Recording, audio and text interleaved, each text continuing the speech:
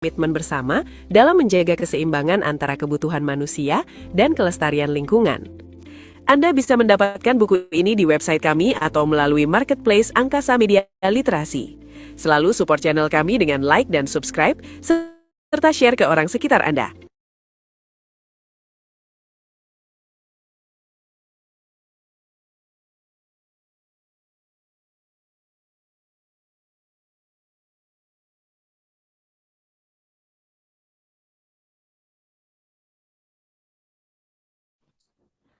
Assalamualaikum, selamat pagi Bapak Ibu semua. Pagi. Pagi, Mbak. Pagi, Kak. Selamat pagi Bapak. Pagi kakak. Baik Bapak Ibu semua, berhubung sudah pukul 8.30, jadi kita mulai saja webinar hari ini.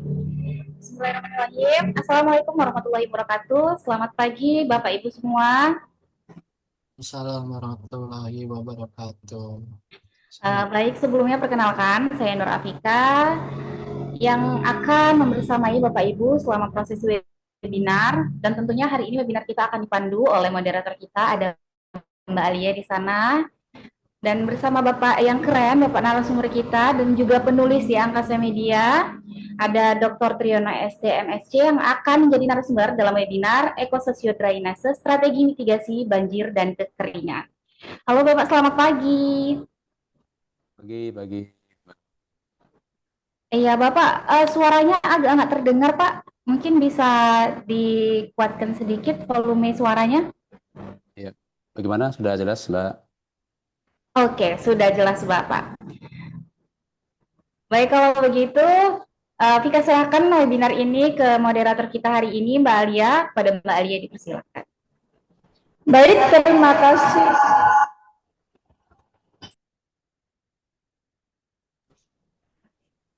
Baik, terima kasih kepada Mbak Nur Afika atas kesempatannya. Izin saya ambil alih Bapak Ibu semua.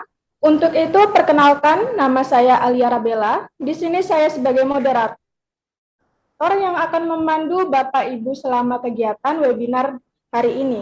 Alhamdulillahirabbil alamin, wassalatu wassalamu ala asrofil anbiya'i wal mursalin wa ala alihi wa ashabihi rasulillahi ajma'in. Yang saya hormati kepada Bapak Pimpinan CV Angkasa Media Literasi beserta jajarannya.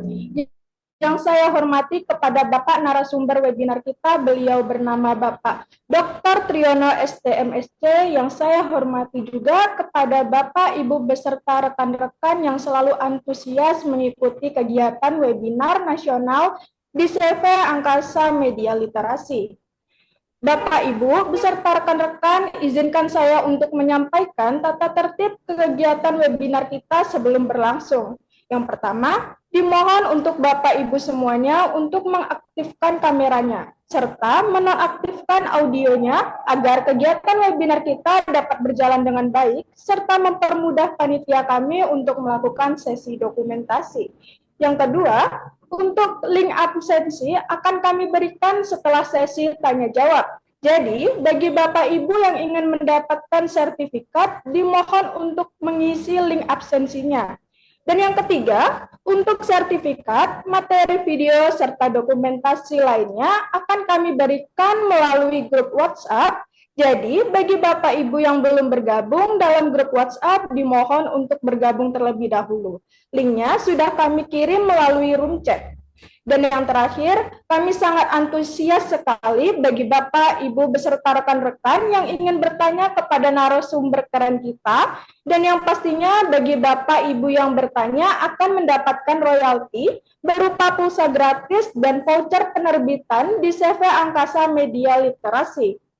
Baik, selanjutnya izinkan saya untuk membacakan biografi dari narasumber kita yang sangat luar biasa pada pagi hari ini. Beliau bernama Bapak Dr. Triyono STMSC, yang saat ini berafiliasi dengan Institut Teknologi Yogyakarta. Beliau telah menempuh pendidikan di bidang teknik sipil dan ilmu lingkungan hingga jenjang doktoral. Dengan pengalaman lebih dari 25 tahun di berbagai proyek infrastruktur di Indonesia. Selama karirnya, beliau telah terlibat dalam banyak proyek penting, mulai dari perencanaan sistem air minum, pengelolaan air limbah, hingga pembangunan jalan, jembatan, dan sistem drainase. Tidak hanya itu, beliau juga sering dipercaya sebagai ketua tim dan tenaga ahli dalam berbagai proyek nasional. Dengan pengalaman dan keahlian yang beliau miliki, tentu kita akan mendapatkan banyak insight dan ilmu yang sangat bermanfaat pada webinar kali ini. Kami sangat mengucapkan terima kasih atas ketersediaan beliau karena telah meluangkan waktu untuk hadir sebagai narasumber di kegiatan webinar di CV Angkasa Media Literasi. Semoga ilmu yang disampaikan menambah wawasan kita dan menjadi amal jariah bagi beliau. Baiklah, untuk mempersingkat waktu, marilah kita langsung menyimak materi dari narasumber hebat kita dengan tema Ekososio-Drainase, Strategi Mitigasi Banjir dan Kekeringan. Kepada Bapak Dr. Triyono STMSC, dipersilahkan dengan segala hormat. Terima kasih Mbak Alia yang berbahagia pagi hari ini. Mohon izin Bapak Ibu, apakah suara saya sudah cukup terdengar dengan jelas Bapak Ibu? Mohon maaf. Terdengar Bapak. Jelas ya? Terdengar, Pak.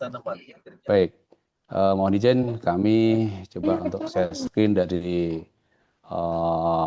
file kami sendiri ya. Coba ya. Bentar.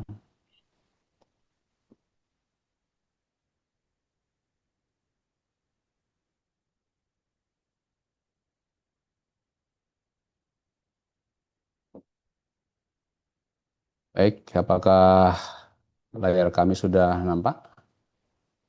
Sudah, Bapak. Baik, mohon izin sebelumnya bahwa artikel ini atau publikasi kami ini kami mengambil tema mengenai ekososio drainasi.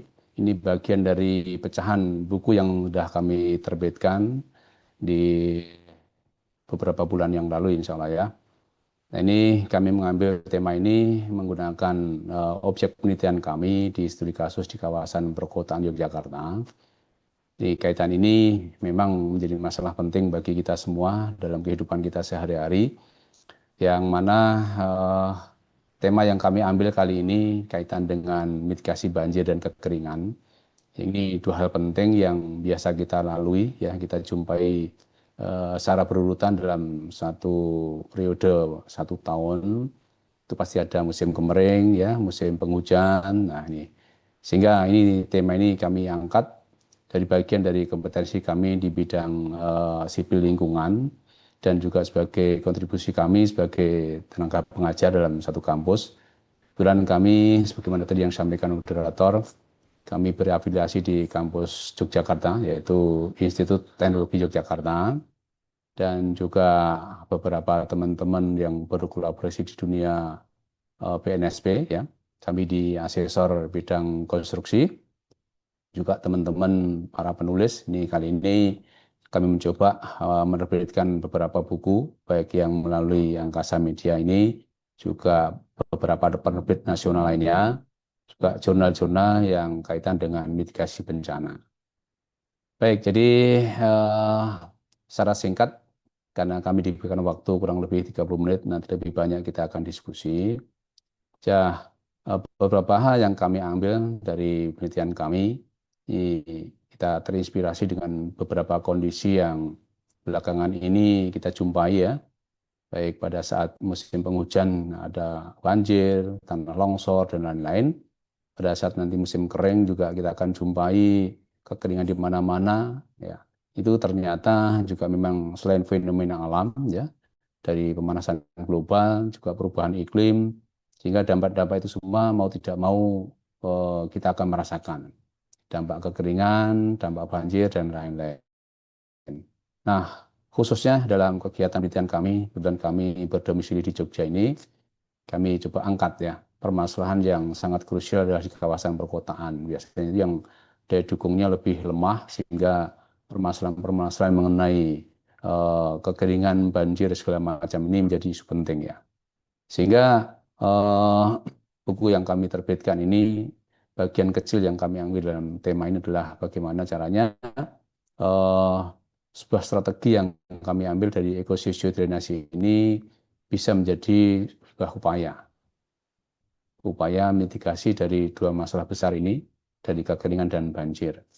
Nah, dalam konteks ini adalah saya sampaikan konteks besarnya bahwa pada akhirnya nanti kita harus tahu bagaimana kondisi air bersih kita, ya, kemudian drainasinya, dan bagaimana rekayasa masing-masing kondisi tadi, sampai kita menemukan sebuah model yang nanti akan menjembatani kita semua di dalam upaya mengatasi kekeringan dan banjir yang silih berganti dari 1 tahun, 2 periode ini, musim kering dan musim penghujan. Baik, jadi kita jalan dulu pemahaman regulasi yang ada ya. Fenomena yang ada tentu akan terus diiringi dengan regulasi juga. Di pemerintahan kita di tahun 2014 sebenarnya sudah punya regulasi kaitan dengan bagaimana drainasi. Kemudian dikuatkan lagi bagaimana ekodrainasi. Tapi tidak kunjung menyelesaikan masalah yang silih berganti. Nah, hal kecil yang coba saya angkat di sini adalah kami akan coba kedepankan bagaimana ekodrainasi yang sudah menjadi regulasi ini bisa betul-betul kuat. Ternyata beberapa penelitian yang kami lakukan, dorongan masyarakat di sini saya tambahkan, ekososio drainasi, sosio ini adalah penguat dari ekodrainasinya. Konsepnya apa? Bahwa drainasi yang selama ini kita pahami bersama, selama ini drainasi di mana menggunakan mazhab konservatif atau konvensional tadi, di mana air hujan yang jatuh ke bumi, ya, kita hampir semuanya segera diminta lari untuk menuju ke badan air kita yang terakhir di laut. Sehingga konsep-konsep itu yang akan penerapan konvensional ini yang menjadi masalah bersama, ya kan? Sehingga air hujan itu harusnya kita sikapi dengan bijak, biar tidak menggenangi, biar tidak mengeringi, tidak membanjiri kawasan kita. Akhirnya air hujan ya dia akan lari segera. Nah, sehingga konsep ekosistemasi ini kita akan menguatkan dari konservatif menjadi konservasif. Jadi kita lebih cenderung ke arah konservasinya. Sehingga yang semula drainasi ini kita tampung, kemudian sebagian kita resapkan. Ini sudah cukup bagus konsep ekodrainasi ini. Namun sisi lain ada kelemahan. Bagaimana peran masyarakat itu nampaknya sangat vital. Karena apa? Karena semuanya di masyarakat. Kalau sudah dibangun, ya masyarakat harus dilibatkan.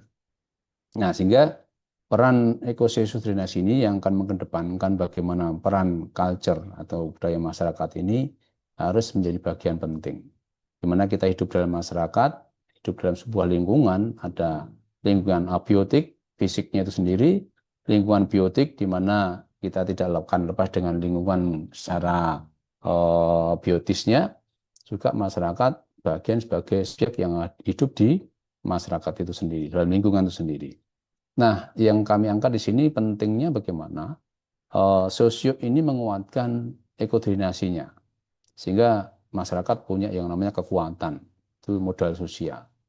Sehingga bagaimana caranya masyarakat ini diperankan, ya, mulai betul-betul diaktifkan, ya, tidak sebatas pada masa pemilihan saja, tapi juga mulai dari perencanaan, bahkan pelaksanaan sampai operasional. Bagaimana teknisnya?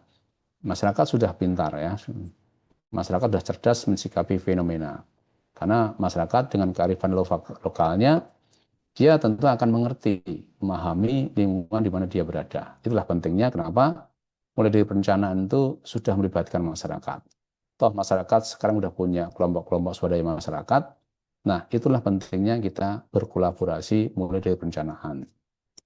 Nah, kerangka pikir yang kami bangun di sini adalah bagaimana caranya agar air hujan ini dari fungsi rumus rasional, ya, Q sama dengan CI A kali TD-nya ini, ya, ini secara ilmu hidrologi, ya. Nah, bagaimana caranya? Hujan ini harus kita tampung dulu secara sistem individual, juga sistem yang komunal atau bahkan kawasan. Yang mana di masing-masing sistem, nah, kita ada fungsi trapnya tadi, tampung, resapkan, alirkan, kemudian pelihara, fungsi sosialnya. Nah, masing-masing kita bisa gunakan ya untuk individual, bahkan yang komunal maupun kawasan itu pun juga bisa kita gunakan secara kawasan maupun komunal. Nah, goal yang terakhir bagaimana fungsi peliharaan ini kita dorong agar masyarakat peduli di dalam sistem itu. Nah, ini kerangka model yang memang harus terintegrasi dalam satu kesatuan sistem, yang mana masyarakat ini kita dorong berperan dari ekodrenasi, berperan dalam sisi bagaimana pemainan air hujan sendiri, yang mana sosial nanti akan menguatkan sistem air minum spamnya yang andal dan berkelanjutan. Nah, ini yang masing-masing komponen pokok ini punya variabel-variabel yang menguatkan. Contohnya ekodrenasi, dia fungsi-fungsi punya variabel bagaimana fungsi tampungnya, resapkan, alirkan, pelihara dan seterusnya. Termasuk air hujan, dia punya fungsi sebagai air bersih. Kemudian kesehatan, ada fungsi ekonomi, sosial budaya, bahkan lingkungan. Jadi air hujan itu ternyata punya sumber daya yang luar biasa untuk urusan air bersih sampai ke lingkungannya sendiri. Nah, fungsi sosialnya pun, fungsi sosial dia punya, masyarakat itu punya kebutuhan. Kebutuhan untuk sehat, untuk selalu merdeka, bahagia, dan seterusnya, kebutuhan dasarnya. Nah, kalau udah punya kebutuhan, dia pasti ada kemauan, punya kemauan, kalau udah punya target, ambisi, atau mencukupi kebutuhan. Nah, ini dari kebutuhan ada kemauan. Nah, setelah kemauan dia pasti akan ada kemampuan. Nah, kalau udah punya kemampuan, dia akan partisipasi. Nah, ini siklus.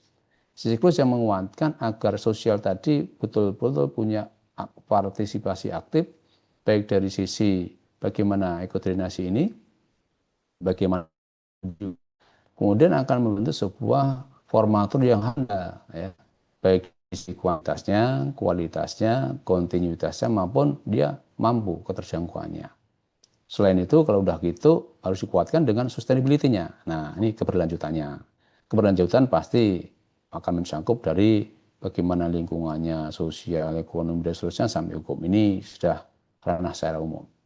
Nah, sehingga fungsi ekosistem drainase tadi akan menguatkan bagaimana SPAM ini, sistem penyediaan air minum ini, wabil khususnya air bersih, dia akan sampai pada mulai dari air bakunya, bagaimana pengolahan diproduksinya, bagaimana distribusinya, sampai pelayanan. Nah, ini end usernya ada di pelayanan di masyarakat. Sehingga ujung-ujungnya kita sebenarnya akan ke sini. Terminasinya adalah bagaimana masyarakat itu bisa terpenuhi air bersihnya secara handal dan berlanjut, sustain. Ya. Nah, kunci pokoknya pelayanannya adalah bagaimana masyarakat itu bisa mendorong semua. Ini fungsi sentral adalah di bagaimana masyarakat itu punya andil yang besar. Nah, itu. Nah, baik, ini karena sederhana, waktunya singkat, kami langsung poin-poin pentingnya saja. Bagaimana lokasi penelitian yang kami lakukan di KPI ini, ya, KPI adalah satu kota Jogja, sebagian sisi selatan, sisi utara Bantul yang nempel dengan kota Jogja, dan sebagian juga yang Sleman, bagian yang nempel dengan kota Jogja. Ini ada tiga regional, ya, ada kota Jogja, Sleman, Kabupaten Bantul sebagian. Ini yang menjadi satu kesatuan yang kita uji coba bagaimana peran ini bisa berjalan. Sedangkan kerangka penelitian wabil khususnya di poin 2 ini bagaimana fungsi drainasi yang nanti ini saling menguatkan sampai nanti kita ketemu bagaimana model yang terbaik untuk penyediaan air bersih ini dan drainasi ini saling menguatkan sehingga upaya untuk menangani kekeringan maupun banjir tadi memang dua hal yang jadi satu, ya. Jangan terpisah-pisah. Kalau terpisah nanti pasti ada dampak salah satunya. Ini pentingnya bagaimana keterpaduan model ini sampai ketemu goalnya. Nah, itu. Baik, ya, ini sebaran sampling yang saya lakukan. Saya lanjut aja. Nah, ini Jadi masyarakat harus diajak bicara, sehingga kita lakukan sampling-sampling secara sosialnya, dia butuh apa, dia ada masalah apa, ada usulan apa, kita dengarkan ya. Bahkan secara fisik kita cek semua kondisi di aglomerasi Kota Yogyakarta ini, kita cek dari sisi bagaimana kondisi fisiknya. Terus beberapa replikasi atau best practice-nya kita juga lakukan. Bahkan gerakan secara nasional pun kita lakukan, yaitu gerakan memanen hujan yang dipelopori pihak UGM waktu itu ya. Bahkan tidak kalah pun ada sekolah air hujan ya. Ini juga di Sleman sudah dikuatkan oleh para pegiat-pegiat sungai, pegiat-pegiat air hujan kita. Bahkan masyarakat diajak bergabung bagaimana ini namanya Banyu Bening dipelopori oleh Ibu Siwayuningsih ya, di pegiat yang luar biasa, termasuk dengan Profesor Agus Mariono dari UGM, dengan hakinya rainwater harvesting. Dan masyarakat pun juga dilibatkan bagaimana sosialisasi gerakan-gerakan bersama, tidak hanya masyarakat, pemerintah pun juga kita kuatkan. Jadi komunitas-komunitas, masyarakat kita ajak, bahkan pemerintahan sampai di pemerintahan skala desa atau kelurahan, ya, kemudian kecamatan atau kapanewon, bahkan di tingkat kabupaten kota dan seterusnya. Ini penguatan dari sisi sosial di setiap level. Termasuk bagaimana mahasiswa juga dilibatkan, karena mahasiswa juga bagian dari masyarakat ya. Kita kuatkan dia bisa berperan apa ya. Ini kebetulan ada pelatihan pembuatan air eklusis, bagaimana air hujan yang katanya itu air hujan untuk asam, bagaimana kita bisa buat netral, syukur bisa basah. Karena kalau udah basah itu sebenarnya sudah sangat bagus untuk kebutuhan air minum kita. Karena tubuh kita ini adalah asam, kita minum air basah, air alkali ya, air alkali itu sehingga bisa menetralisir tubuh kita menjadi netral, ini menjadi sehat ya. Hanya tadi air hujan tadi ada fungsi untuk air bersih, kesehatan, ada fungsi ekonomi dan lain-lain. Nah, termasuk bagaimana gerakan masyarakat sampai mereka itu punya kekuatan sosial. Jadi kalau udah people power dari sisi lingkungan oleh masyarakat tuh nggak ada yang bisa nandingin. Nah, ini ya. Program sehebat apapun kalau tidak didukung oleh masyarakat ya cuma akan menjadi MCK ya, Monumen Cipta Karya istilahnya gitu ya. Baik, nah tak kalah pentingnya dari hasil studi ini akan ada penguatan paling kuat masyarakat itu dari sisi tingkat kebutuhan ya, dia lebih kuat bagaimana dia baru memahami cepat lari ke sungai biar tidak membanjiri. Jadi yang pertama ini masyarakat butuh agar lingkungannya itu tidak banjir sehingga dialirkan dulu. Tapi penyadaran akan terus berjalan sehingga harapannya ke depan ya nanti akan menguatkan sistem ini. Baik, ini model yang coba kami tawarkan dalam penelitian kami dan alhamdulillah beberapa daerah sudah menerapkan. Jadi konsep yang di awal tadi kami terjemahkan dari hasil studi bagaimana bahwa air hujan ini kita tampung secara individual, baik melalui dengan pah yang individual di rumah-rumah ya, ada yang ditampung di atas tanah, ada yang di bawah tanah, bahkan kita elevated, kita pompakan ke atas. Ya, kemudian sudah lebih pun kita bisa resapkan kembali dengan sumur kita. Bisa sumur resapan maupun sumur gali kita bisa masukkan air hujan yang sudah kita filter. Ini konstruksi untuk filternya tadi. Tidak cukup di situ, di kawasan yang individual pun lebih hanya bisa kita masukkan ke sistem yang lebih luas, yaitu masuk ke drainasi di depan rumah kita. Masuk secara komunal, bahkan nanti lari ke kawasan.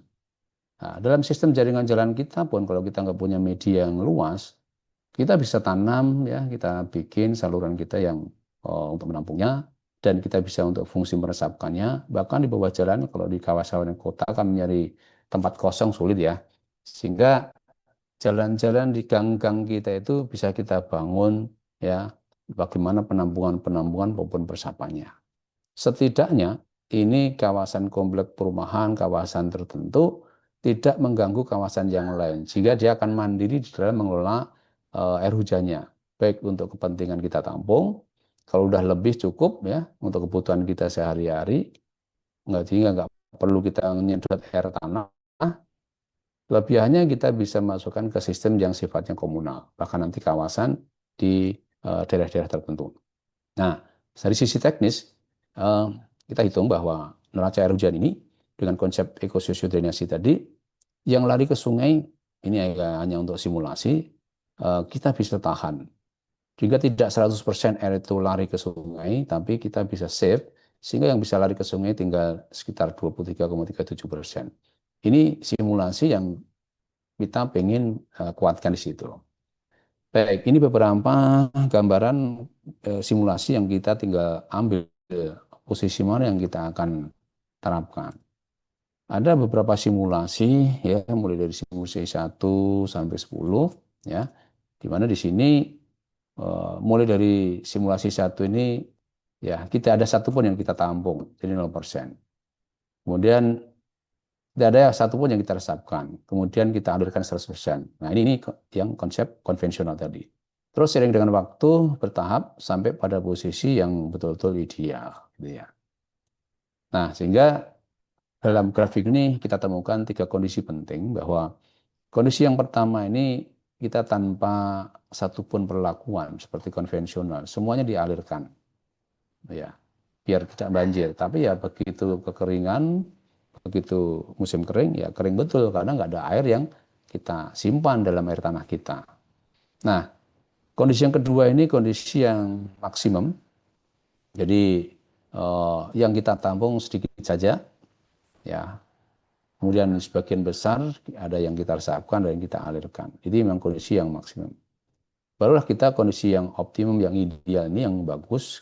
Ini kita gitu, sehingga kondisinya adalah memang sebagian besar akan kita kuatkan di posisi yang nomor 3 ini. Tapi minimal setidaknya ada suara masuk. Oke, saya lanjut. Setidaknya kalau kita lagi uji coba kondisi yang nomor 2 boleh kita latih ya.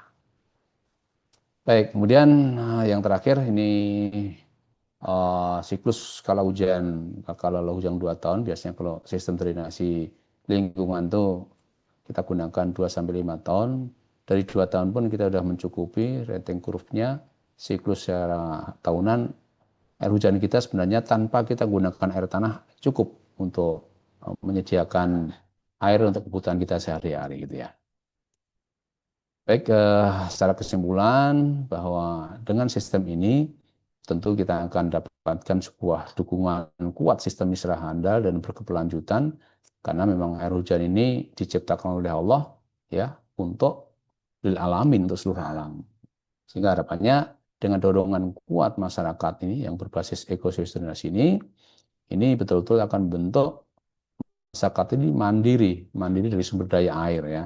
Tidak perlu repot-repot mengeluarkan energi karena sudah disiapkan oleh Allah secara gratis gitu ya. Nah, namun memang ini ada permasalahan karena kadang-kadang kita di perkotaan tidak hanya air hujan yang jalan di saluran kita, grey water masuk. Nah, ini permasalahan pencemaran ini. Ini harus siapkan dulu. Jika ke depan ini harus ada studi khusus sejauh mana terjadi pencemaran di saluran drainasi kita. Ini karena masyarakat kurang edukasi itu bagaimana, atau infrastruktur kita yang nggak siap, sehingga selain air hujan itu ada yang masuk ke sistem drainasi kita. Ini yang masalah ya.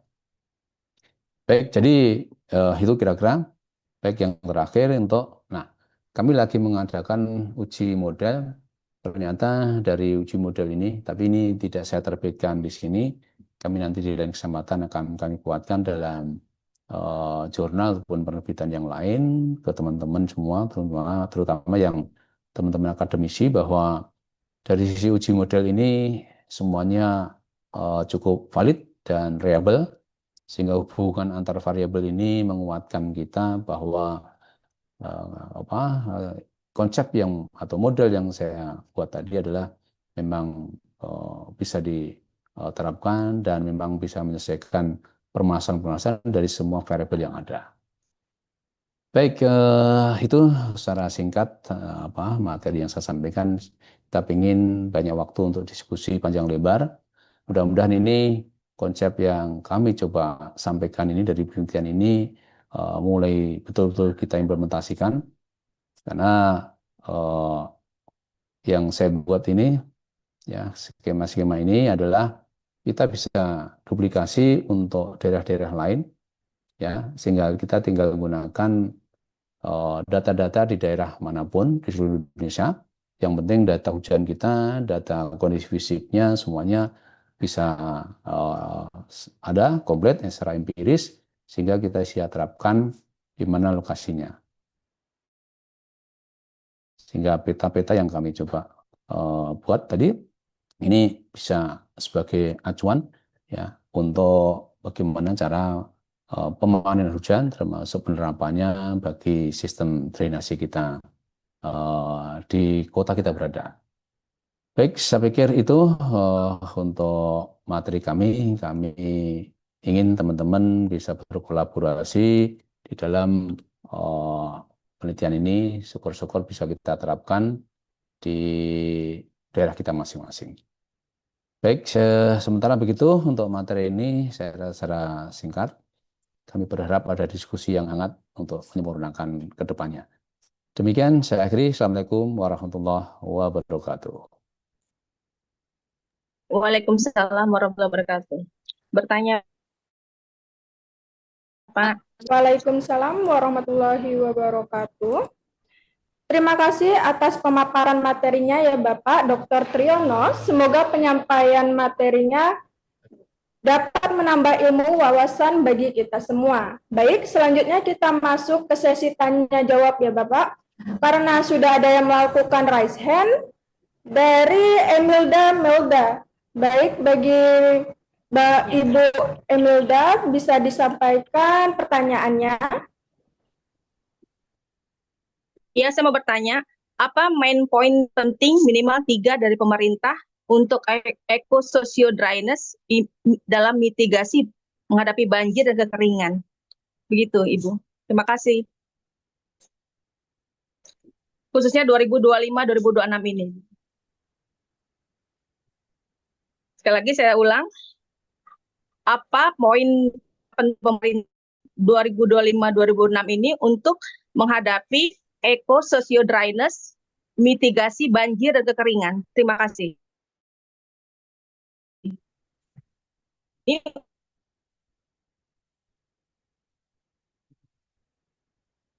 Bagaimana Mbak Alia, moderator? Mau dikumpulkan pertanyaan dulu atau mau langsung ditanggapi? Bisa langsung aja dijawab langsung Bapak atas pertanyaannya tadi. Baik, terima kasih. Jadi gini, strategi yang kita berikan rekomendasi tadi, sebenarnya pemerintah itu sudah memberikan banyak regulasi strategi termasuk implementasinya di kehidupan kita. Banyak drainasi atau infrastruktur drainasi yang sudah dibangun. Nah, peran ini justru masyarakat ini yang kita dorong. Jadi masyarakat ini sendiri yang kadang-kadang sisi yang membuat kita itu harus betul-betul in-depth ya. Masuk ke dalam agar penyadarannya itu dikuatkan. Sebenarnya masyarakat, pemerintahan dengan program-programnya sudah luar biasa ya. Ya. Nah ini kenapa kami angkat tema ini. Dari sisi sosialnya ini harus dikuatkan. Sehingga perlunya semua stakeholder ikut bareng-bareng bersama-sama menguatkan strategi pemerintah agar mitigasi banjir dan kekeringan ini betul-betul masyarakat sadar. Oh, ini adalah kebutuhan bersama. Ya. Kalau dia nggak sadar, sehebat apapun ya, sehebat apapun program pemerintah dan lain-lain, sebesar apapun anggaran yang dikucurkan untuk pembangunannya atau untuk pengentasan permasalahan mengenai dua bencana ini lagi-lagi juga nanti hanya selesai sesaat, hanya rescue aja, penyelesaian sebentar aja. Jadi, nah, kenapa saya angkat tema ini khususnya sosialnya ya, ekososial drainasi kayak kami depankan peran sentral sosial ini menjadi kekuatan ya. Sosial kapital ini sangat besar. Nah, ini. Sehingga rekomendasi kami tadi, yang di kesimpulan maupun yang saran kami tadi, bagian yang memang harus betul-betul disikapi. Kalau enggak, masyarakat itu hanya sebagai penerima, nah ya, kemudian hanya bisanya protes, tapi nggak pernah bareng-bareng bersama kita membangun kawasan kita. Minimal kawasan lingkungan kita aja. Syukur-syukur masyarakat itu mau berperan. Nah, ini berperan secara lebih luas lagi cakupannya, ya bisa ke pemerintah kelurahan, kemudian kecamatan, kemudian bahkan kabupaten kota dan lain-lain. Toh sekarang eh, penyaluran aspirasi itu sudah banyak, ya, channelnya sudah banyak.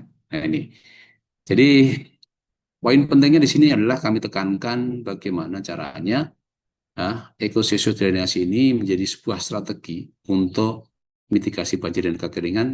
Ya, subjeknya sosial itu, fungsi sentralnya ada di masyarakat itu. Nah, tadi kata kunci yang saya sampaikan, kenapa sosial tadi ada kebutuhan, ya, kemudian kemauan, kemampuan, kemudian partisipasi. Ya, jadi kalau saya ulangi lagi, mohon maaf, agak panjang dikit. Jadi kalau masyarakat itu sudah merasa butuh hidup nyaman, butuh bagaimana dia terpenuhi kebutuhannya tadi, ya tidak banjir, tidak kering, ya dia mesti akan ada kemauan untuk ikut berkontribusi. Kalau udah mau, pasti dia mengeluarkan uang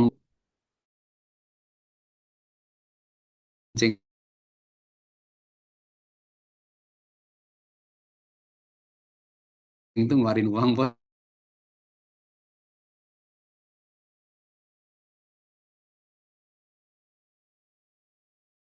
partisipasi dalam setiap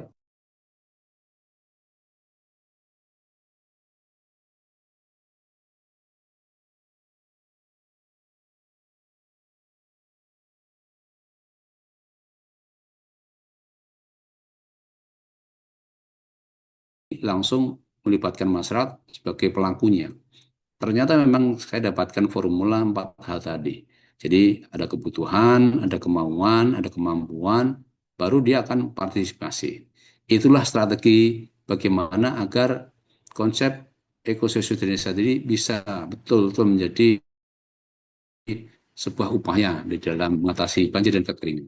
Mungkin begitu, barangkali belum sempurna, mohon maaf. Ada yang lebih senior dari kami atau mitra-mitra kami, mohon izin untuk bisa ditambahkan. Demikian. Iya, baik Pak. Mungkin saya tambahkan poin ketiganya selain yang pertama tadi kan eh, eco eco dryness dan kedua socio dryness, yang ketiga saya tambah kebijakan sinergi Pak 2025-2026 ini. Seperti Ya. integrasi data hidrologi, ketahanan pangan, juga infrastruktur tahan iklim. Itu aja Pak, saya tambahkan. Terima kasih. Baik. Terima kasih Bu Imelda, luar biasa. Ya. Bu Iya, Imelda terima di kasih, mana Pak. sekarang Bu? Di Depok Pak. Oh, Depok, alhamdulillah. Terima kasih Bu Imelda. Nanti lain kali Iya, kita makasih bisa Pak Dr. berbagi, Siono. mungkin bisa SD, menulis terima bersama kasih Bu Pak. ya. Salam kenal. Salam kenal Ya. Pak. Terima kasih Bu Terima kasih Imelda. Bapak Hebat. Mantap, mantap. Iya Pak. Lain kali Sama-sama kita mantap bisa Pak. menulis bersama barangkali Bu, riset bersama, bagus itu. Insya Allah Bapak. Ibu di Amin. instansi atau di kampus atau praktisi atau bagaimana Bu? Umum Pak. Dia alumni prakerja saya Pak 2023. Wah, mantap. Justru nanti ini menjadi pelaku lingkungannya ya. Mantap. Hebat Baik Bu, Bapak. nanti kita bisa kolaborasi. Mudah-mudahan kita di grup ada Bu ya. Di nomor Iya, WA ada Pak. ada ya. Baik, nanti coba Ada nanti Pak. kita Iya, lanjutin makasih banyak soalnya. Pak. Ya, terima kasih. Terima Ya. kasih. Wassalamualaikum. Waalaikumsalam.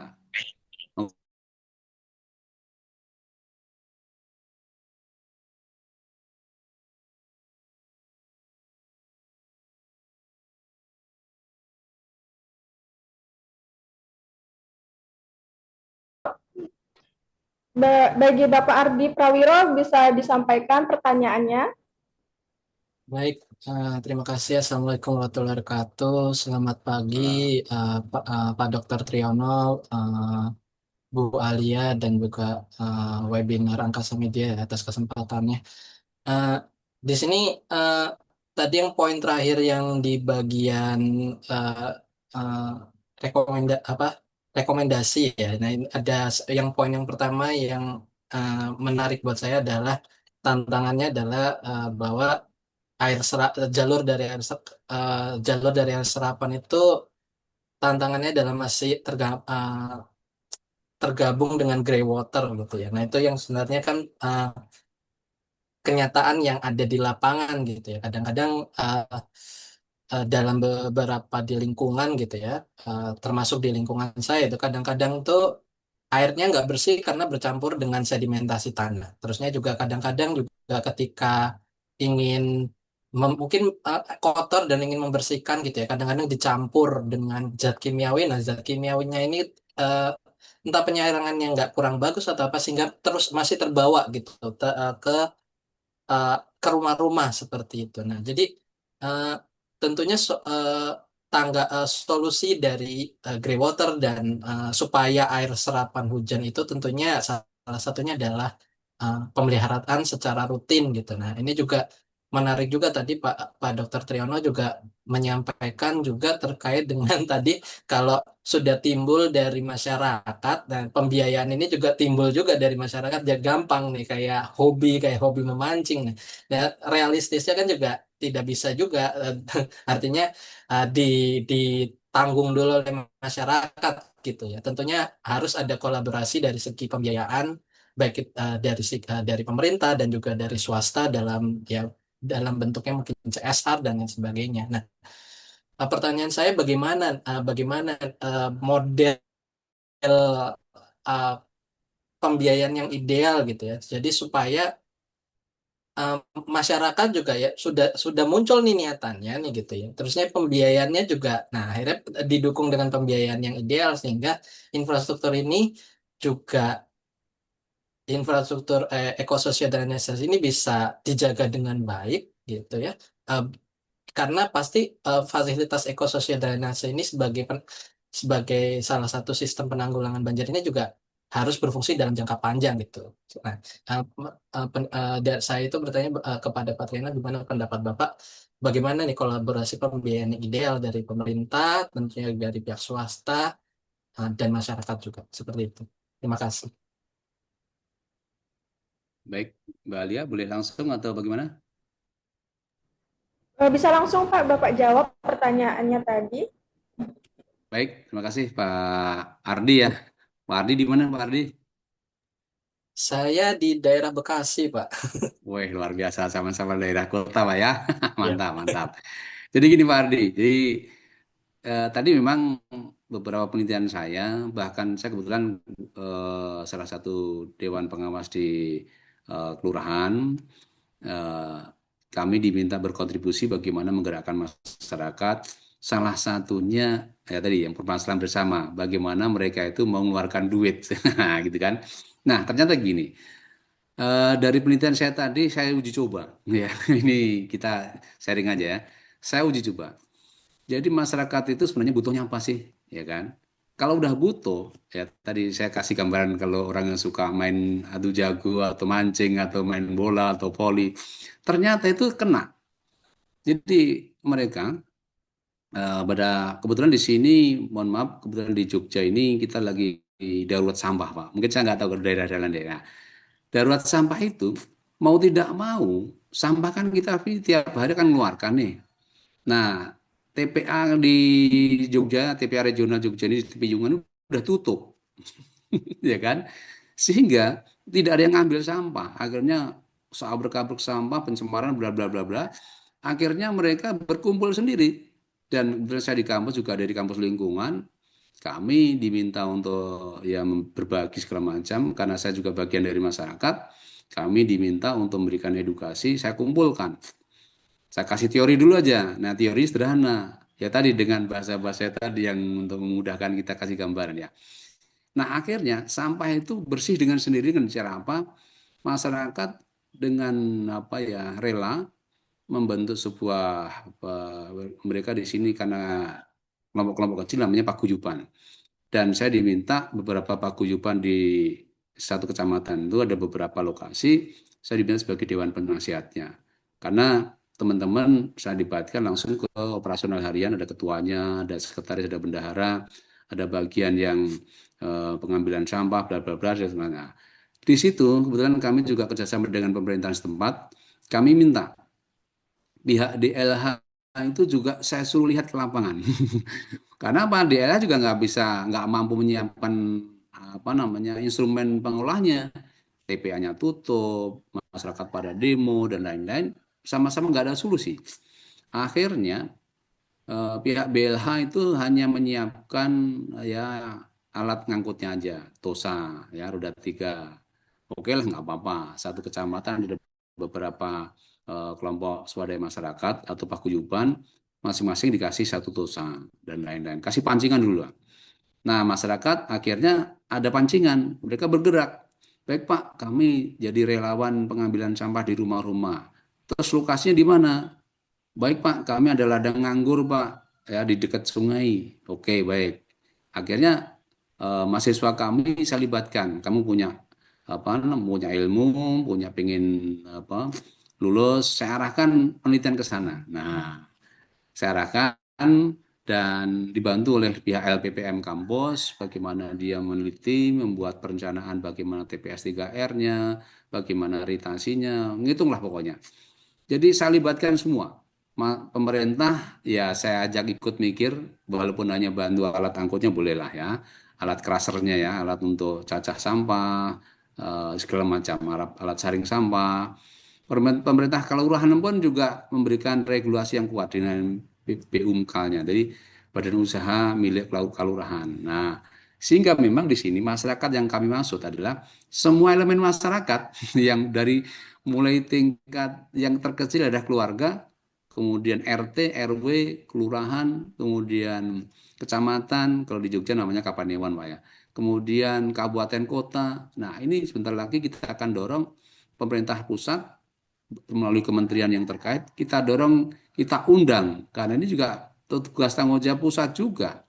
Ada nggak anggaran mereka memberikan stimulan? Masyarakat sudah susah payah dengan rela berkorban tadi, walaupun dengan tenaga dan lain-lain. Kenyataannya juga dinilai uang besar itu dia mengeluarkan tenaga relawan, walaupun ngambil sampahnya itu seminggu 2 kali. Nah, tapi tidak pernah lewat dalam 1 hari pun dia ngolah di lokasi TPS 3R. Ini contoh. Nah, sampah lebih krusial Pak Ardi ya daripada drainasi sebenarnya. Kalau drainasi sebenarnya sederhana, itu lebih mudah lagi. Nah, kebetulan drainasi di sini, kampung kami kemarin, karena dia merasa takut kalau kebanjiran segala macam, dia bikin sendiri dengan saya edukasi, ya bikin konsep ekosistem drainasi udah kami terapkan di sini. Ini keren karena mereka sadar karena dia nggak mau banjir, butuh nggak mau banjir, ya butuh nggak kekeringan gitu. Jadi di kampung kami ada edukasi yang udah alhamdulillah udah kami terapkan, menampung air hujan tuh di setiap rumah-rumah sudah ada pahnya agar dia tidak memerlukan air tanahnya. Air tanah kan harus dengan pompa, kita pompa butuh listrik, listrik butuh uang bayar ya kan. Dengan air hujan kita tampung, kita kasih filter, filternya kita punya kerjasama dengan UGM, UGM punya hakinya, UGM kasih bantu gamarin filter namanya. Nah udah, jadi memang di sini perlu tokoh yang mau jadi relawan yang memang diniati lillahi ta'ala. Gitu ya. Nah, masyarakat mungkin dia bingung kalau belum punya aksesnya, Pak. Aku butuh ini gimana ya, Pak? Nah, kita yang orang perguruan tinggi atau praktisi kan punya link besar di nasional ya. Udahlah masyarakat kita ajak. Kita nggak usah apa ya nggak usah ngeluarkan uang sebenarnya kita ngeluarkan akses saja.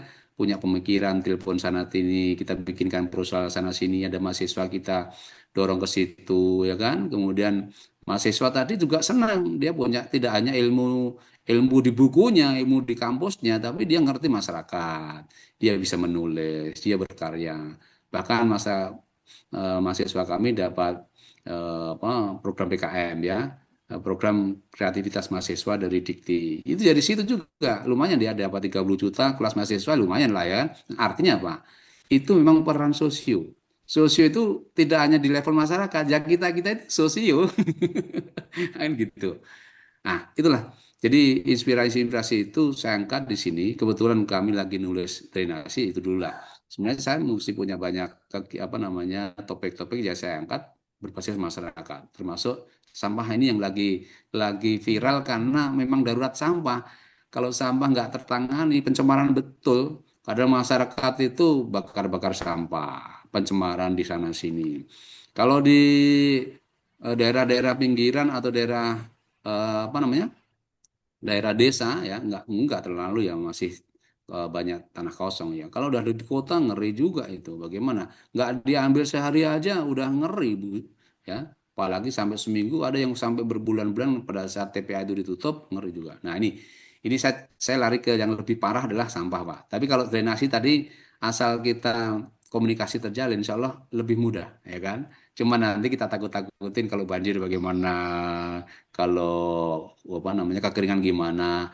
Karena kebetulan mohon maaf relatif di Jogja ini jarang-jarang terjadi banjir dan kekeringan. Sehingga ini memang bukan sesuatu yang menakutkan sebenarnya di kota. Tapi saya angkat. Tapi kalau sampah langsung ambil dia mereka.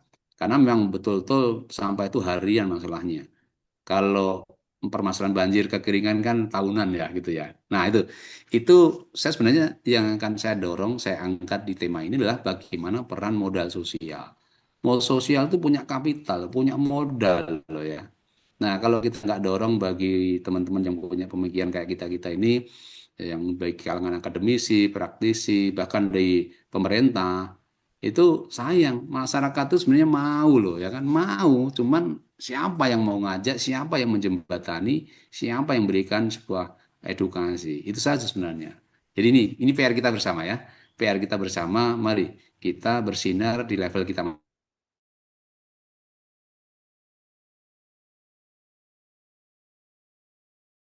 tinggi, silakanlah dengan pemberdayaan masyarakat perguruan tinggi.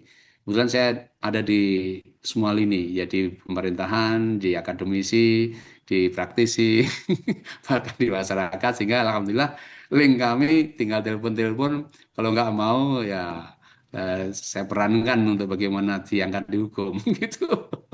Tapi ya itu semua dengan irama yang baik lah. Demikian Pak Ardi, teman-teman yang lain mudah-mudahan kita sama-sama bersinar dimanapun kita berada ya. Cukup, barangkali ada tambahan Pak Ardi, silakan. Oke, terima kasih Pak Dr. Triyono, jawabannya eh, lengkap sekali. Mungkin eh, tambahan dari saya mungkin lebih ke arah komentar gitu ya. Walaupun saya sadar memang peran masyarakat memang yang karena yang memang di lapangan seperti itu ya, memang mereka yang uh, paling banyak lah seperti itu ya. Cuman dari saya harap sih gitu peran dari pemerintah terus ya mungkin masyarakat juga uh, bisa mencari ke swasta gitu bekerja sama dengan swasta gitu ya untuk ya uh, penanganan ekososio drainase dan itu termasuk tadi masalah sampah juga nah itu juga mungkin bisa apa ya lebih banyak jadi lebih terlihat mungkin bukan lebih banyak lebih terlihat sehingga apa ya kan kalau yang saya soalnya yang saya lihat gitu kalau di media sosial kok kayaknya eh, kepercayaan masyarakat terhadap eh, pemerintah dan dalam melakukan apapun tuh kecil. Nah, kasihan gitu kalau melihat kenyataannya ternyata lo ada loh dalam misalkan ini kan konteks ekososial drainase kan ini agak di luar dari yang diperhatikan oleh masyarakat gitu ya di media sosial Ya, ya seperti itu. Nah, tapi betul. ada loh peran sebenarnya ada loh peran pemerintah, ada loh peran swasta, cuman ya itu kadang-kadang nggak terlihat. Nah, kalau misalkan bisa lebih terlihat mungkin eh, itu yang harapan saya eh, bisa lebih bagus gitu ke depannya. Itu aja sih tambahan saya Pak. Lebih ke arah pendapat sih gitu pendapat saya. Ya, cocok Pak. Ya, setuju, melengkapi. Ini, mari kita berjuang bersama-sama Pak Ardi ya. Sama-sama Pak Dokter Ini Leono. tantangan kita semua ini, nggak mudah ya kan? Iya. Terima kasih Pak Dokter. Siap-siap Pak Ardi ya. Baik, terima kasih atas pertanyaan dari Bapak Ardi Pawiro tadi. Dan pertanyaan selanjutnya dari Bapak Ibnu. Bagi Bapak Ibnu, Sosiologi Uncen bisa disampaikan pertanyaannya kepada Bapak Triyono. Baik, Bapak, selamat siang, Bapak Dr. Triyono. Perkenalkan saya Ibnu, Bapak, dari masyarakat Indonesia Timur, Bapak, dari Papua. Weh, Di sini mantap. saya mau Nah, jauh di menanyakan, sana Bapak. ya. Jauh di sini, jauh di sana, Bapak. Iya, Begini, iya, Bapak, iya. saya sangat tertarik karena di sini masuk dengan adanya ekososio drainase. Sedangkan saya juga eh, terjun langsung dengan kajian-kajian sosiologi lingkungan, begitu, Bapak. Yang saya tanyakan di sini Bapak, dari penelitian Bapak ataupun riset Bapak, seberapa besar kesadaran masyarakat itu eh, mampu atau mengambil peran untuk melakukan mitigasi? Apakah kesadaran itu dari masyarakat seperti dari kelurahan, yang notabene mungkin dari bapak-bapak seperti itu, apakah atau dari komunitas-komunitas anak-anak muda Bapak? Iya. Dengan persentase yang besar yang mana? Apakah dari bapak-bapak tersebut, dari bapak-bapak kelurahan, atau mungkin dari masyarakat yang notabene mungkin umurnya 30 ke bawah. Seperti itu Bapak. Karena di sini Bapak, riset kecil saya di sini, masyarakat yang 30 ke atas itu kesadarannya masih turun. Sedangkan umur 30 ke bawah itu kesadarannya saat ini lebih banyak kalau di daerah Papua seperti itu Bapak. Apakah mungkin di riset Bapak itu ada yang menyatakan mungkin kesadaran masyarakat di umur sekian lebih kuat atau umur yang 30 ke bawah lebih kuat? Gitu Bapak, Bapak Dr. Triyono. Terima kasih. Baik, terima kasih. Mohon izin langsung Mbak Alia ya, boleh ya? Ya Bapak, silahkan langsung Baik, dijawab. terima kasih Pak Ibnu. Salam kenal Pak Ibnu. Saya juga lama jebolan dari Papua Pak, terutama Jayapura. Tapi terakhir saya sebelum pandemi 2019 saya terakhir ke sana. Bilang kegiatan kami juga dengan teman-teman Jayapura. Jadi gini, kaitan dengan kaitan sosial. Dalam penelitian kami memang kami sebenarnya saya punya 400 responden dan saya sudah data mulai dari pendidikan, ya, mata pencaharian, termasuk pendapatan dan lain-lain, wabil khusus mengenai umur. Nah ini di slide kami yang keberapa tadi ya, yang mungkin yang ke-17 atau berapa tadi, memang masyarakat saya petakan mulai dari kebutuhan, kemauan, kemampuan partisipasi, sedangkan ekodrainasi ini mulai ditampung, resapkan oleh rekan peliharaan. Nah, tadi saya sampaikan bahwa masyarakat itu dari rating yang tertinggi itu dari sisi kebutuhan mengenai alirkan. Alirkan itu artinya berarti dia pengennya masyarakat tuh butuh tidak kebanjiran aja. Jadi ya kami memahami. Artinya berarti masyarakat tuh baru pedulinya pengennya air hujan itu dialirkan sajalah. Nanti diresapkan nanti aja. Berikat berikutnya. Di sini memang hasilnya adalah masyarakat di posisi kebutuhan yang nomor tinggi adalah yang nomor satu adalah 85% itu dia pengennya dialirkan aja lah air hujan.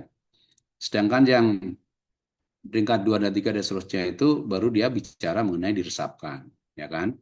Nah, ditampung pun dia kecil banget. Karena mungkin merasa kebutuhan air bersih dia itu nggak usah dari air hujan pun masih cukup lah gitu ya. Sehingga ini kami mengerti. Sedangkan dari kelompok umur ya kan, dari sisi kelompok umur memang betul.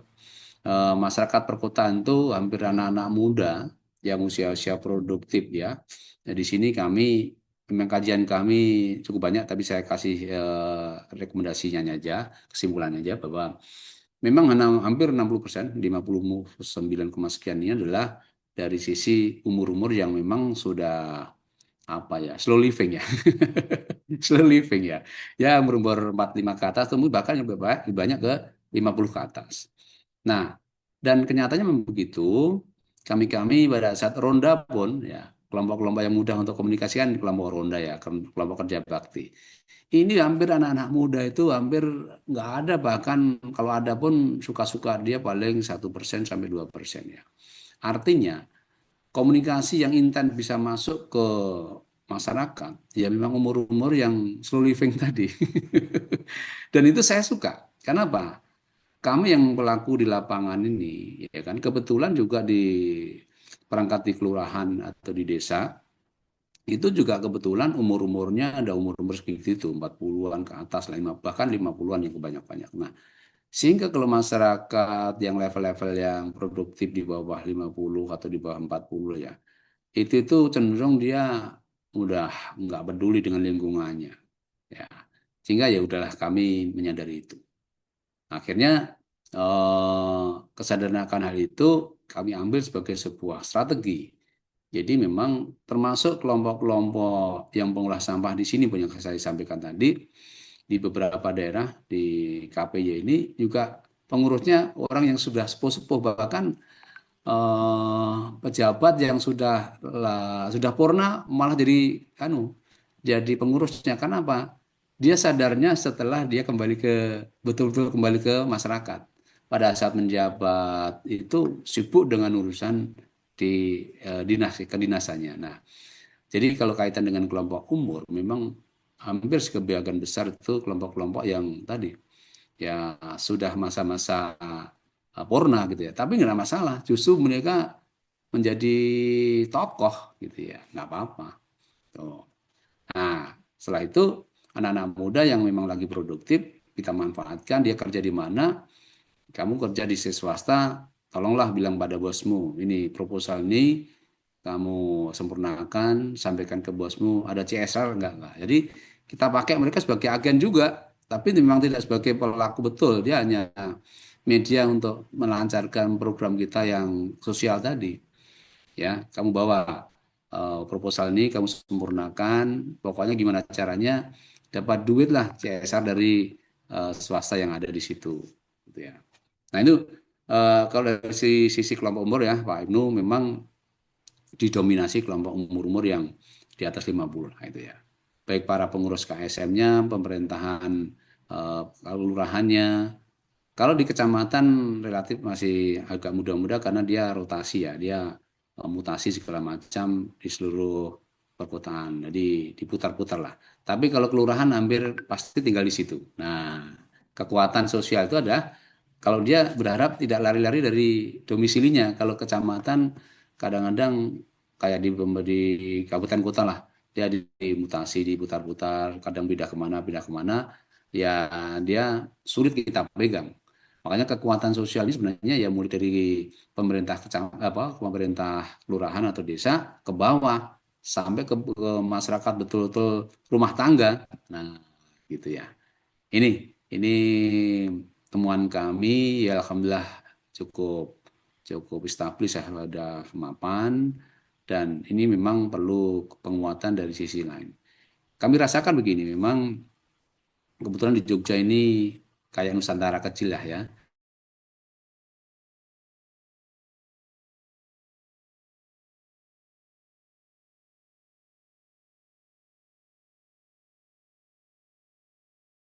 Nah, agen-agen perubahan ini penting. Makanya kalau tadi misalkan Pak Ibnu di kampus ya, di Uncen, wah ini bagus ini perannya nanti. Nah, apalagi waktu pengalaman kami jadi praktisi di sana, kalau saya ke Jayapura itu, saya menggunakan dua baju Pak Ibnu ya. Baju dari kampus dan baju sebagai konsultan Pak. Jadi ada dua muatan. Tapi nggak apa-apa, kami justru bagus. Bahkan sempat tahun berapa itu kami mengajak rektor kami, dan rektor kami itu kompetensinya mengenai AMDAL ya, mengenai AMDAL, Profesor Habib Kandeli, beberapa bupati di sana waktu itu bertempat di Sentani ya, tahun berapa saya lupa. Kita kumpulkan semua OPD-OPD yang terkait, mulai dari selain bupati, sekda, kemudian para OPD yang terkait, terutama Bapeda, PU, Dinas Lingkungan Hidup. Kita kumpulkan, kita sampaikan program-program yang barangkali cocok di situ. Ya alhamdulillah, karena yang datang profesor ya, mereka care. Apalagi beliau levelnya level nasional ya, level menteri.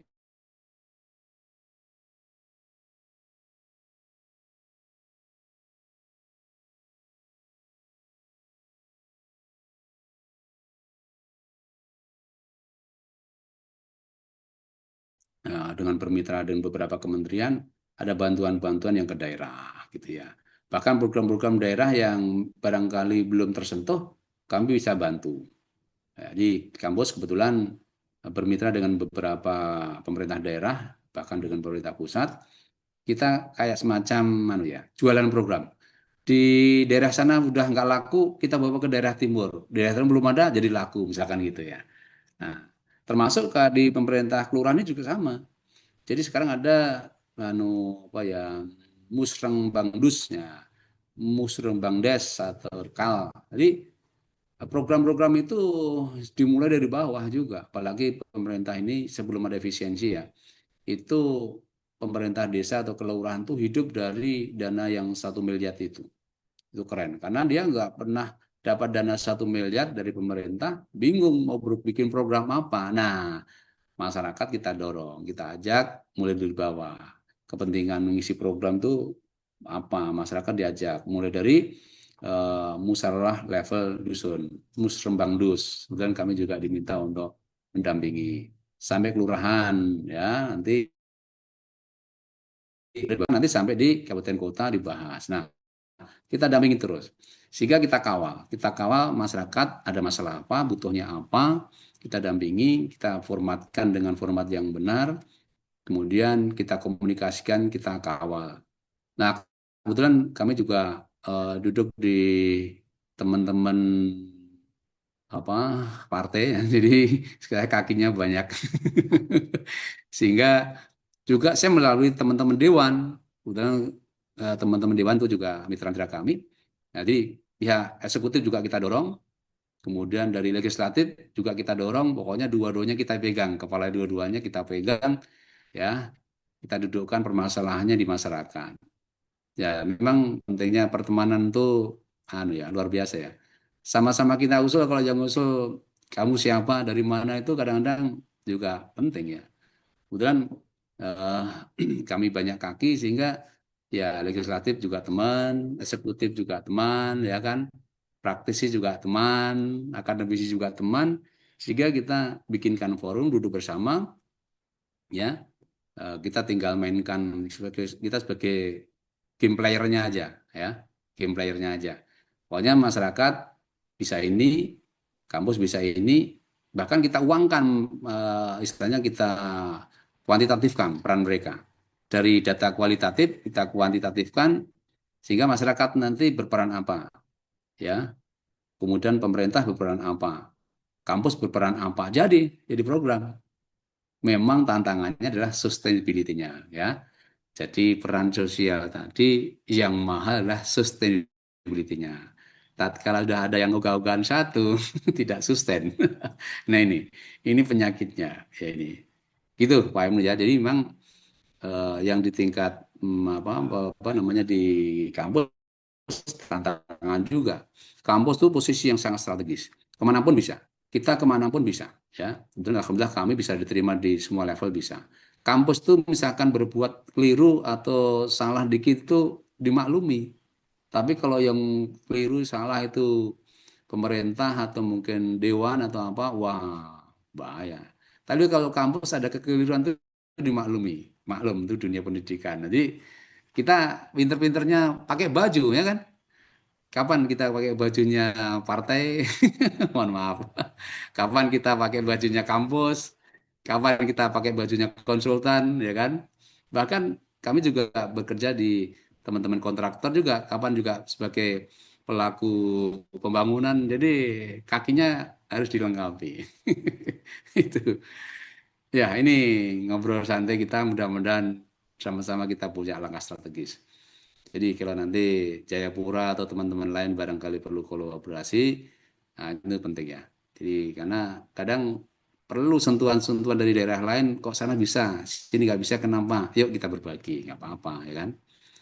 Begitu Pak Ibnu barangkali. Jadi dari sisi umur tadi saya sampaikan memang lebih dominan teman-teman yang sudah nggak produktif dari sisi dunianya ya. Dia udah slow living, nggak banyak urusan, pengen akhiratnya saja, dia berbagi ya untuk bersosial, amal jariah dan lain-lain. Mungkin begitu ya. Baik, itu terima kasih. Barangkali monggo Pak Ibnu ada respon. Terima kasih Bapak Dr. Triyono. Ya memang kalau kan memang saya juga asalnya dari Jawa Pak, Jawa Timur begitu. Oh Eh, ya. Riset kecil saya dulu di Jawa Timur di Malang itu pun juga sama. Di desa-desa tempat yang lain juga sama. Slow living tadi, umur-umur slow living memang Iya, eh, iya, tingkatnya iya. lebih tinggi begitu Bapak ya. Iya, iya. Tapi untuk temuan saya untuk saat ini, beberapa bulan ini umur-umur 30 ke bawah Bapak yang lebih tinggi di Jayapura. Makanya tadi saya mau menanyakan apakah ada perbedaan di wilayah kita di Jawa, apakah ada di Papua berbeda atau tidak, tingkatnya seperti itu. Begitu sih Bapak. Terima kasih Bapak Triyono. Ya, Semoga baik, baik. bermanfaat. Ya. Monggo, Mbak Terima Ali. kasih. Terima kasih atas pertanyaannya Bapak Ibnu, dan pertanyaan selanjutnya kita ada pertanyaan dari Bapak Damsar. Bagi Bapak Damsar dipersilahkan dengan segala hormat.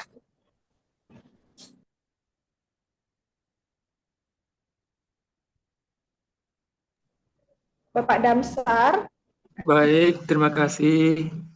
Assalamualaikum warahmatullahi wabarakatuh. Waalaikumsalam Selamat warahmatullahi pagi, salam wabarakatuh. sejahtera buat semuanya. Untuk Alhamdulillah, syukurillah. maaf sebelumnya Suara, Bapak Damsar, suara saya, ya, ya, bisa tolong untuk mengaktifkan kameranya biar kita bisa melihat Bapaknya langsung gitu. izin. Ini menarik. Hmm, Ya, sudah kelihatan? Sudah Sudah, Pak, Bapak. silakan. Terima kasih. Menarik apa yang disampaikan ya, oleh Pak Tri tadi, tapi ada sedikit yang mengganjal yang saya rasakan dari temanya, ekososio drainase.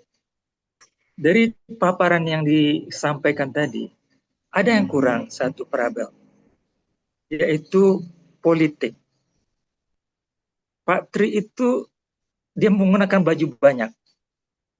Salah satu adalah menggunakan baju partai, menggunakan baju penguasa, mengatasnamakan penguasa. Artinya apa? Ketika kita membahas soal drainase ini, ada indikator politik yang tidak dibahas, tidak ditekankan di sini. Kita paham bahwa Republik ini, dinamika politiknya itu sangat mempengaruhi kehidupan kita. Seorang kepala daerah, ketika memiliki pemikiran yang sangat bagus dalam hal drainase, itu artinya apa? Ada dimensi politik yang dimainkan untuk bagaimana drainase itu bisa baik, tumbuh dan dengan baiknya. Nah, oleh karena itu, usulan saya Pak, jangan lupa menambahkan politik di dalamnya. Apakah ekososiopoli atau apa drainase? Tapi kalau ekososio saja berarti dua variabel, masyarakat, ekonomi. Tetapi variabel kuasanya, powernya itu diabaikan. Padahal kita tahu bahwa masyarakat Indonesia ini taat patuh pada pimpinan. Pimpinan itu keberhasilan kabupaten itu karena pimpinannya.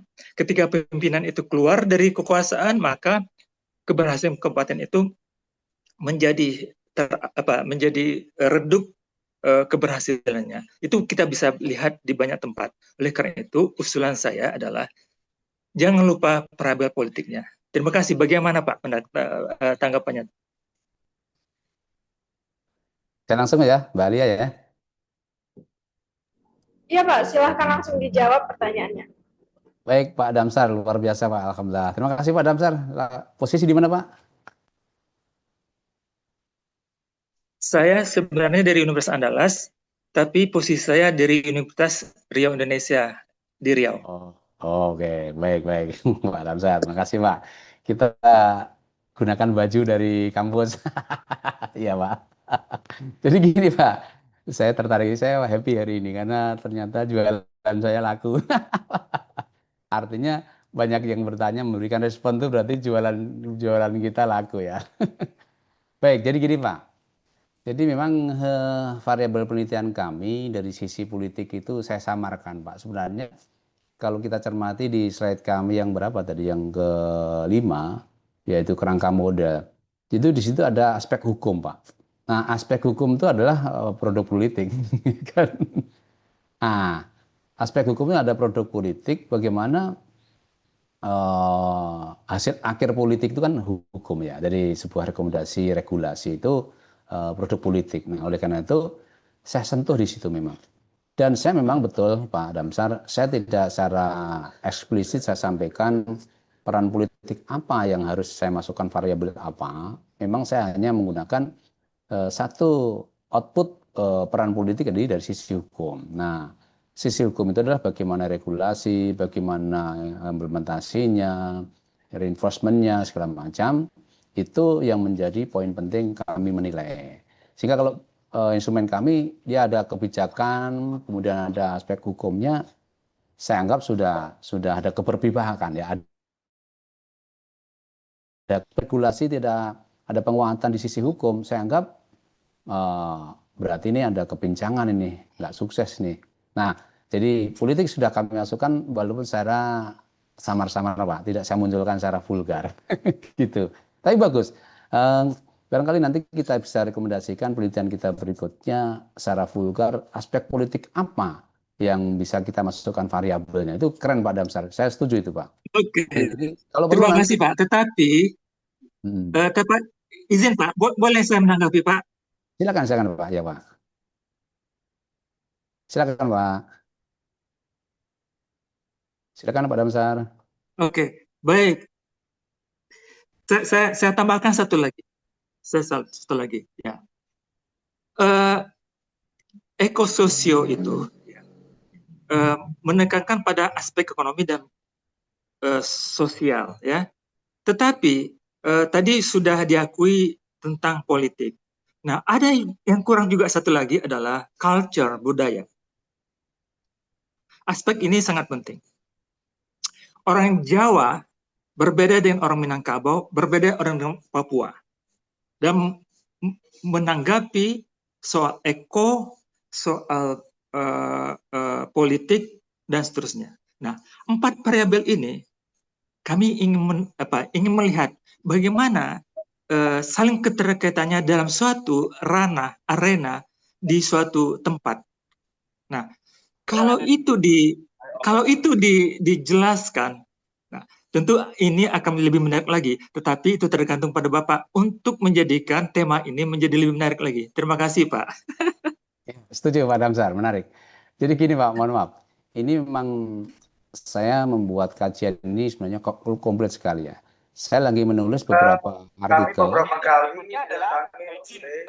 Halo.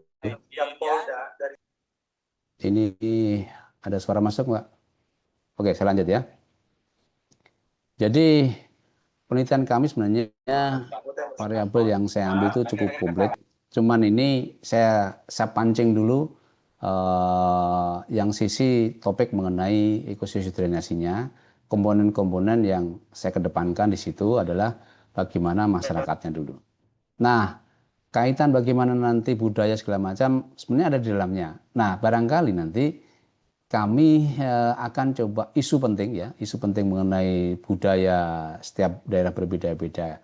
Nah, itu menjadi sebuah kekuatan sosial antara Jawa pun juga banyak Pak ya, ada Jawa Barat, Jawa Timur, Jawa Tengah, tadi ada yang di Minangkabau, Papua segala macam. Itu sangat menarik. Yuk kita sama-sama gali lebih lanjut. Kira-kira kekuatan modal sosial untuk daerah misalkan Papua lah misalkan, atau Papua pun juga macam-macam Pak. Dia sukunya ya, ada suku yang bagian gunung kayak Wamena, itu kan udah gunung ya. Ada yang Papua pantai ya kan. Ya, artinya gini. Jadi dari sisi sosial budaya memang kami ambil terutama budaya yang ada di DIY ini ya. Terutama kawasan-kawasan perkotaan. Saya menganggap bahwa budaya di kota Jogja ini, karena juga Jogja ini sudah saya anggap Nusantara. Artinya itu banyak pendatang dan masyarakat sangat heterogen.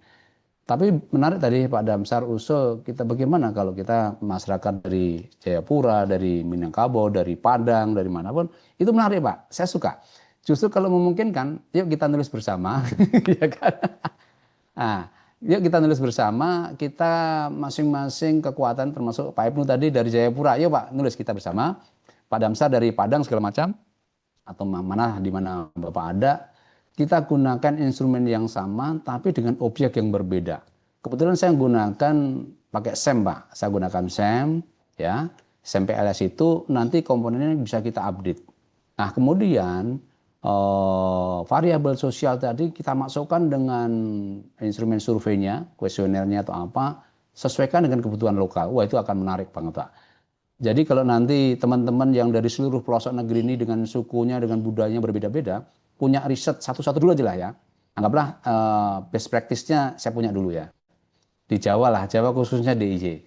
Nanti Pak Ibnu riset dari sisi Jayapura lah. Nanti Pak Damsar di Padang atau di Minangkabau silakan. Nah, setelah jadi kita bikin menulis bersama, yaitu sekarang Indonesia Pak. Nah, itu keren Pak. Itu nanti bisa tembus Scopus yang Q1 nanti ya, saya yakin Pak. Karena kalau udah Q1 itu dia membutuhkan memang pandangan yang lebih mendunia, tidak hanya sekedar lokal, saya lihat gitu ya. Tapi menarik, Pak Damsar ini malah menggugah saya untuk saya lebih ya, in-depth survei Pak ya, lebih kita mantapkan lagi. Cocok di webinar ini, lanjutkan Mbak Alia, Mbak Nur Rafika ya. Biar nanti menjadi jembatan kita, baik menulis buku maupun menulis artikel jurnal, gitu Pak. Itu ya Pak Damsar ya, saya setuju Pak. Kita lakukan in-depth survei Pak. Terima kasih Pak. Gitu Mbak Alia, silakan lanjut. Atau mungkin Pak Damsar mau memberikan tanggapan, silakan Pak. Terima kasih Pak. Melalui Mbak Alia. Sebenarnya saya sendiri tertarik ini karena teman-teman saya di Universitas Andalas itu ada mata kuliah kebencanaan, ya, ada mata kuliah sosiologi lingkungan, dan saya sendiri bersama teman menulis tentang sosiologi kebencanaan. Jadi ketika kita memahami apa yang Bapak nyatakan tadi, ya, ternyata ini memang menjadi hal yang menarik, ya. Bermula dari drainase, ya, mungkin akan berlanjut kepada yang lainnya, ya. Karena kita tahu misalnya kebencanaan kita di Indonesia ini tidak lepas dari yang terkait dengan air dan tanah. Ketika air dan tanah itu menggerus dari hulu pegunungan ke apa? Konsekuensinya apa? Sungai dan drainase. Ketika kita memilah antara kota dan desa, maka dia akan menjadi lain lagi. Ya. Tapi yang jelas adalah ketika kita menjelaskan suatu persoalan kebencanaan atau drainase ini, sekali lagi jangan lupakan pendekatan holistik. Ya. Karena kalau hanya satu pendekatan, dia akan mengakibatkan timpang dan ketika membuat satu kebijakan dia akan menjadi tidak sempurna atau kurang sempurna. Saya kira itu tanggapan saya. Terima kasih banyak, maaf kalau ada yang kurang berkenan. Oke, bagus Pak. Moga Mbak Alia masih ada lagi? Terima kasih atas pertanyaan dari Bapak Damsar tadi. Untuk ini kita selesai ya Bapak. Terima kasih Bapak atas materi yang sudah disampaikan dan jawaban dari pertanyaan peserta webinar kita, pertanyaan-pertanyaan yang luar biasa dari peserta kita yang excited sekali hari ini, dan semoga ilmu yang disampaikan bermanfaat bagi kita dan amal jariah juga bagi Bapak. Baik, karena sudah berakhir juga sesi diskusi kita, saya izin pamit undur diri ya Bapak, Ibu. Apabila ada kata dan ucapan yang tidak berkenan, saya mohon maaf. Saya izin Bapak, Ibu, saya serahkan kembali kepada Mbak Nur Afika. Kepada Mbak Nur Afika, dipersilahkan dengan segala hormat.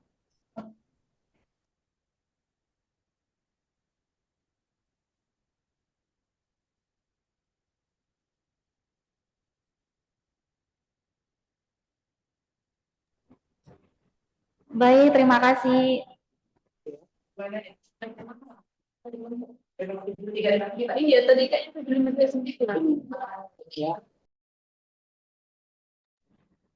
Baik, terima kasih kepada Mbak Alia yang sudah memandu jalannya webinar pada hari ini. Terima kasih juga kepada Bapak yang sudah menyampaikan materi dan menjawab pertanyaan dari audiens kita pada hari ini yang luar biasa sangat excited ya Bapak Ibu semua. Bapak Ibu, untuk pertanyaan-pertanyaan yang melalui chat, kemudian ada juga yang masih raise hand, mohon maaf tidak bisa kita jawab sepenuhnya karena keterbatasan waktu kita hari ini. Jadi untuk itu kita tutup webinar hari ini, namun sebelum kita tutup, izinkan Vika untuk memperkenalkan apa sih Angkasa Media Literasi. Jadi Angkasa Media Literasi itu adalah penerbit buku yang bisa membantu Bapak Ibu untuk menerbitkan bukunya. Kemudian apa aja yang bisa kita bantu? Kita bisa bantu penerbitan buku, baik itu paket hemat atau paket ekonomis, ada paket tunggal atau paket premium, ada juga konversi dan VIP. Untuk paket-paket ini sendiri ada ketentuannya. Ketentuan yang pertama untuk paket ekonomis itu biayanya paling murah hanya 500.000, Bapak itu hanya perlu mengirimkan naskahnya yang sudah disesuaikan dengan template Angkasa, kemudian sudah ada hasil cek to readingnya. Yang kedua ada paket premium, ini agak presisi sedikit, tapi Bapak Ibu di sini cuma terima beres aja, cuma tinggal kirim naskahnya aja, nanti turnitin, kemudian penyusunan template itu akan dibuat oleh editor dari Angkasa Media. Ada paket konversi untuk Bapak Ibu yang punya skripsi, tesis, disertasi, laporan penelitian, laporan pengabdian, itu bisa kita bantu ubah jadi buku. Kemudian ada paket VIP. Paket VIP ini paket khusus untuk Bapak Ibu yang mungkin nggak sempat untuk membuat buku. Kita ada tim profesional yang akan membantu Bapak Ibu untuk menuliskan naskah sesuai dengan keinginan Bapak Ibu semua. Baik Bapak Ibu, sebelumnya kita ucapkan terima kasih dan mohon maaf untuk pertanyaan yang tidak bisa kita jawab semua hari ini. Terima kasih untuk partisipasinya hari ini. Sebelum kita boleh diaktifkan dulu kameranya Bapak Ibu, kita mau screenshot dulu.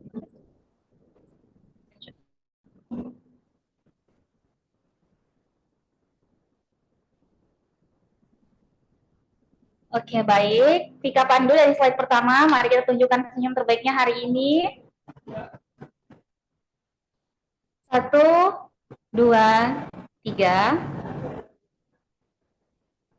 Slide selanjutnya.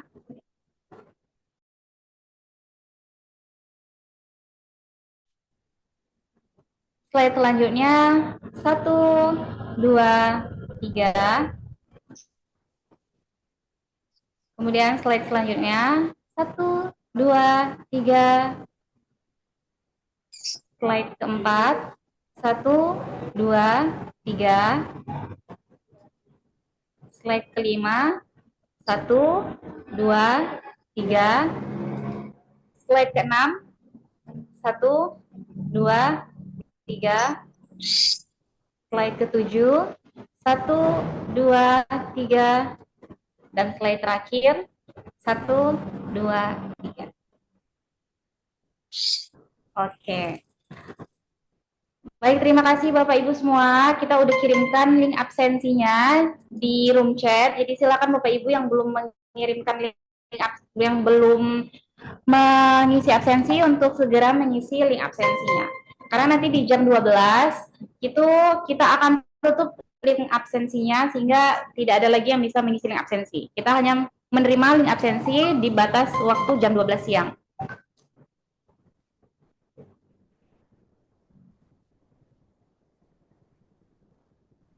Nah, baik Bapak Ibu, sebelum mengakhiri acara hari ini, izinkan Vika untuk berpantun dulu karena rasanya nggak afdol kalau kita nggak berpantun dari Riau. Di ruang nyaman kita bertemu, bertukar ide dan pikiran baru.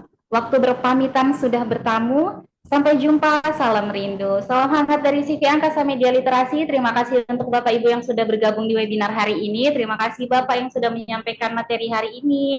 Mohon maaf atas segala kekurangan. Untuk sertifikat, kemudian video webinar akan kita kirimkan melalui link grup. Yang belum join grup, silakan join grup. Linknya sudah dibagikan di room chat. Terima kasih, selamat siang. Assalamualaikum warahmatullahi wabarakatuh. Selamat siang Bu. Waalaikumsalam warahmatullahi wabarakatuh. Waalaikumsalam warahmatullahi Waalaikumsalam warahmatullahi wabarakatuh. Terima kasih Bapak Ibu semua.